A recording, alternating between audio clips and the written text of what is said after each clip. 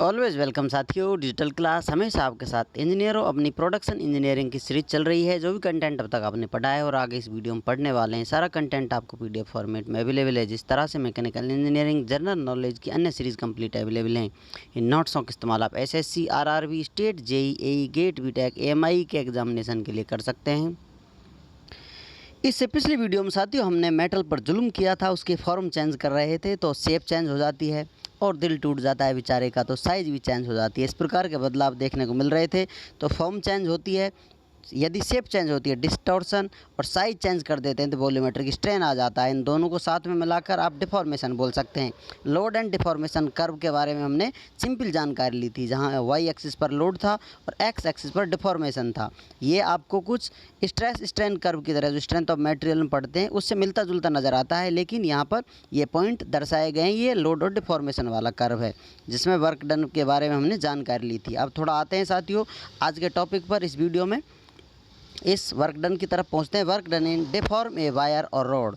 यदि किसी वायर को या रोड को आप डिफॉर्म करते हैं तो कितना वर्क डन हो जाता है, कितना कार्य आप कर लेते हैं, उसी पर चर्चा करने वाले हैं।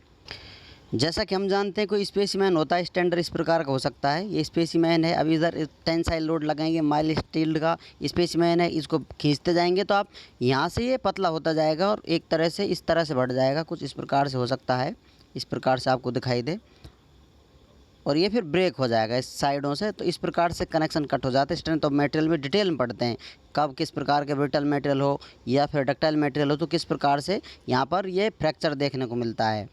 अब ये डायरेक्ट इस पोजीशन से फाइनल डायरेक्ट तो नहीं पहुँच जाता, धीरे धीरे आप लोड बढ़ाते जाते हैं तो इसमें डिफॉर्मेशन आता जाता है। डिफॉर्मेशन बढ़ता रहेगा और एक टाइम ऐसा आएगा ब्रेक हो जाएगा, तो फेल हो जाता है मटेरियल।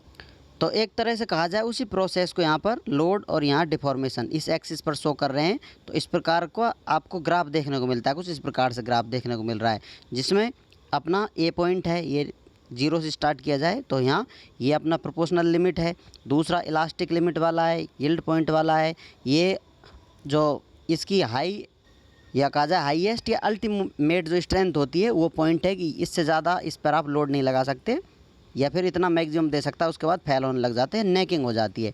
जैसा कि पहले इस प्रकार का था, तो अब ये बहुत ज़्यादा तेज़ होने लग जाएगी नेकिंग, ये सुकड़ता चला जाएगा, लास्ट में आकर ब्रेक हो जाता है। तो ये वो वाला पोर्शन है, इनमें ज़्यादा डिफरेंस नहीं होता, ये पॉइंट बिल्कुल पास पास होते हैं। अब यहाँ पर जैसा कि आपको पिछली वीडियो में बताया था, ये एक्सिस है, ये कर्व है, इसमें अब आप कर्व जिस प्रकार से भी बना सकते हैं। आप इसको सेम कॉपी कर लीजिए या फिर ऐसे ही लाइन खींच दीजिए। आपको कहीं भी आप जाएंगे तो प्रोफेशनल वे में एकदम सेट मिलेगा। यहाँ सिर्फ आपको चीज़ें समझनी होती हैं। तो एक्चुअल ऐसा ही होता है, थोड़ा बहुत अंतर आ सकता है, वेरिएशन, वो उसकी आप चिंता ना करें। जहाँ काम करेंगे फुल डाटा आपको एक्यूरेट मिलेगा एक्यूरेसी के साथ। तो अब यहाँ पर यदि ये कर्व बना हुआ है, इस कर्व में जो एरिया आप अंडर कर्व लेते हैं तो वो यहाँ पर वर्क डन बताता है, या फिर इसमें एनर्जी स्टोर हो जाती है, क्योंकि वायर आप खींचेंगे, उसको कट करेंगे, तोड़ेंगे तो उसमें एनर्जी लगा रहे हैं, उस पर काम कर रहे हैं, उसमें एनर्जी स्टोर हो रही है। किस किस प्रकार की एनर्जी होगी, क्या क्या प्रोसेस होते हैं, तो वही सब यहाँ पर जानने वाले हैं। और कहाँ से कहाँ तक फोर्स लगाया जाए, कहाँ से कहाँ तक जो डिफॉर्मेशन हो रहा है उसको किस नाम से जाना जा रहा है।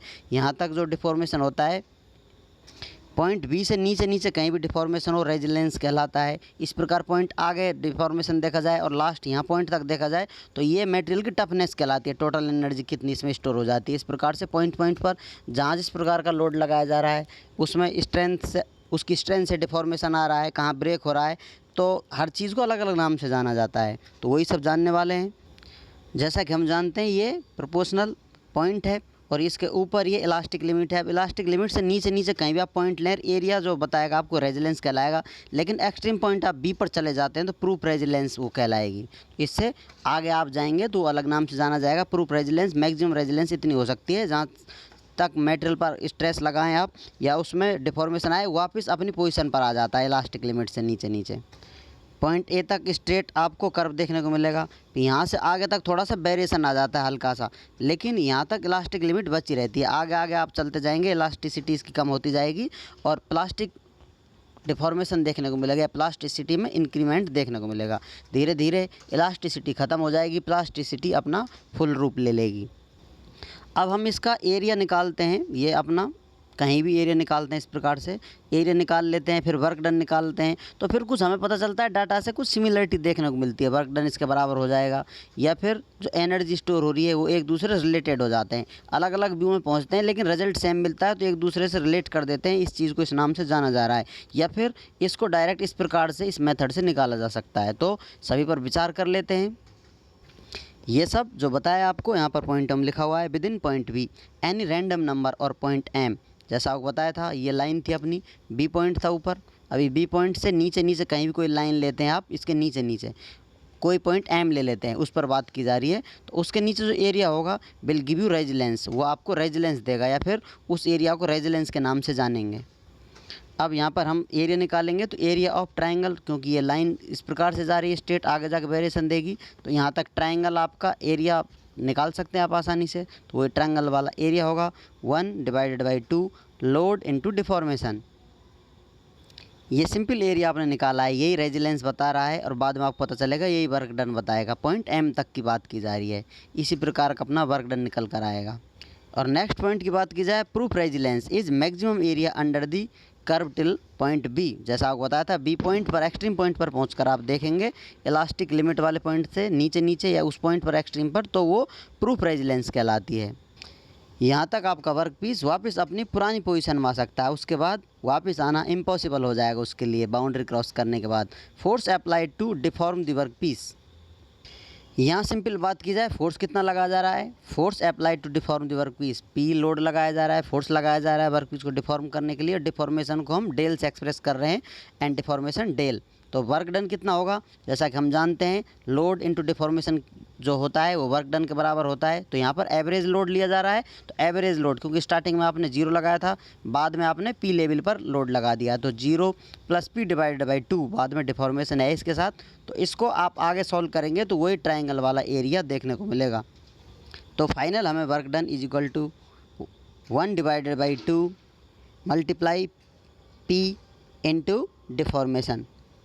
यही हमने देखा था सिंपल, जो लोड इनटू डिफॉर्मेशन हो रहा था, हाफ था वो, उनका मल्टीप्लिकेशन था, वो एरिया बता रहा था रेजिलेंस। तो यहाँ पर भी वर्क डन उसी के बराबर बता रहा है, जैसा आपको बताया था, एक दूसरे से रिलेटेड हैं, किस प्रकार से एक दूसरे का कनेक्शन स्ट्रॉन्ग कर लेते हैं। यदि आपने पिछली वीडियो नहीं देखी है, किस पॉइंट को किस नाम से जाना जा रहा है, तो यहाँ पर आप देख सकते हैं ABCDEF इस प्रकार के पॉइंट हैं, इनका माइल्ड स्टील टेंसाइल टेस्ट किया जा रहा है, उस पर कर्व बनाया गया है। तो ए जो पॉइंट है अपना प्रोपोर्शनल पॉइंट है, बी इलास्टिक पॉइंट है, सी यील्ड पॉइंट है, डी अल्टीमेट लोड और पॉइंट कह सकते हैं, अल्टीमेट लोड या अल्टीमेट पॉइंट, और ई फ्रैक्चर लोड, जितना आप लोड लगाएंगे उसके बाद आपका वर्क पीस फेल हो जाएगा, फ्रैक्चर हो जाएगा उसमें। अभी शायद आपके दिल में पहले ख्याल आ रहा हो ये सारी बातें इतनी डिटेल में क्यों बताई जा रही हैं। अभी इनका बहुत बड़ा रोल होने वाला है आपकी ज़िंदगी में, इंजीनियरों की दुनिया में, जिन्होंने सब कुछ चेंज कर आपको नए वे में पेश किया है। और इनमें से किसी पॉइंट को आप हल्के में ना लें, पॉइंट पॉइंट का एक अपना राज है, अपनी दास्तान है। आगे चलते रहेंगे, कंटिन्यू आप सीरीज से जुड़े रहेंगे तो आपको हर पॉइंट से रूबरू कराया जाएगा, हर पॉइंट की बात सुनाई जाएगी, क्यों वो ज़िंदगी में आया और क्या रोल है उसका। यूँ ही कोई पत्थर रास्ते में पड़ा नहीं मिलता, कोई तो वजह होगी जो उसे वहाँ लेकर आई होगी।